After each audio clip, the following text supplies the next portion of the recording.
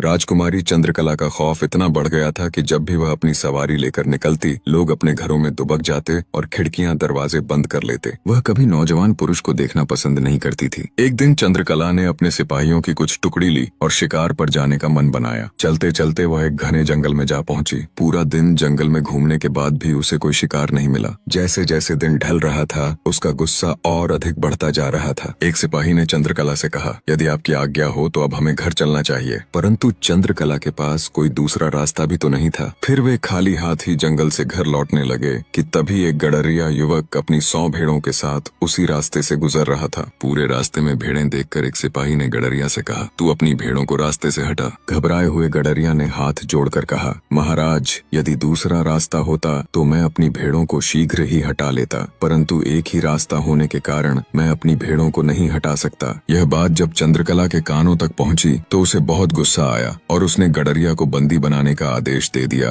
और कहा, इसे बंदी बना लो और ले जाकर कारागार में डाल दो और इसे ऐसी जगह रखो जहां यह सही से खड़ा भी ना हो पाए। इस पर सिपाहियों ने युवक को बंदी बना लिया और ले जाकर कारागार में डाल दिया। जब यह बात गडरिया की उस बूढ़ी माँ को पता चली, जिसके बुढ़ापे का सहारा मात्र उसका एक बेटा था, कि उसे भी बंदी बना दिया गया है, वह फूट फूट कर रोने लगी। उसे रोता देख गाँव की भीड़ इकट्ठी होने लगी, परंतु राजकुमारी चंद्रकला के खिलाफ कोई बोल भी नहीं सकता था। वहाँ पर खड़े सभी लोग कहने लगे, हो ना हो तेरे बेटे की ही कुछ न कुछ गलती होगी। परंतु बूढ़ी माँ को पूरा विश्वास था कि उसका बेटा कोई भी गलती नहीं कर सकता। उसने गांव वालों की बातों को नजरअंदाज किया और चंद्रकला के महल में जा पहुंची। जब उसने चंद्रकला से यह बात कही, बेटी, तुम मेरे बेटे को छोड़ दो, उसकी कोई गलती नहीं है। यदि तुम चाहो तो उसकी जगह पर मुझे बंदी बना लो, पर मेरे बेटे को छोड़ दो। इतना सुनते ही राजकुमारी अत्यंत क्रोधित हुई और कहा, यदि तेरे बेटे की कोई गलती नहीं है तो इसका मतलब मेरी गलती है। मैंने उसको बिना किसी गलती के बंदी बना रखा है। अब तो यही ढिंढोरा पूरे नगर में पीट कर आई होगी, मेरे प्रति लोगों को भड़काया होगा। अब जब तू इतना कह रही है तो दंड की हकदार तो तू भी है। सिपाहियों, इसे ले जाओ और इसे तब तक कोड़े लगाओ जब तक यह अधमरी न हो जाए। परंतु उनमें से एक सिपाही समझदार था। उसे उस बूढ़ी महिला पर दया आ गई और उसने उसे मारना उचित नहीं समझा और चुपके से छोड़ दिया। वह तुरंत वहाँ से चल दी और कई दिनों के बाद वह राजा विक्रमादित्य के राज्य में जा पहुंची। जो भी उसके साथ बीती थी वह सब उसने राजा विक्रमादित्य के सामने कह सुनाई। विक्रमादित्य ने कहा, हे माता, आप चिंता न करें, आप यहीं मेरे अतिथि गृह में मेहमान बनकर रहें और मैं जा रहा हूँ आपके बेटे को लेने, और जब तक मैं उसे छुड़ा नहीं लूंगा तब तक मैं भी वापस नहीं आऊंगा। इतना कहकर विक्रमादित्य वहाँ से चल दिए और द्वार पर जाते ही एक दरबारी से कहा, जाओ जाकर अपनी राजकुमारी चंद्रकला से कह दो उससे मिलने राजा विक्रमादित्य आए हैं। दरबारी ने जैसे ही विक्रमादित्य का नाम सुना वह भागा और राजकुमारी से कहा,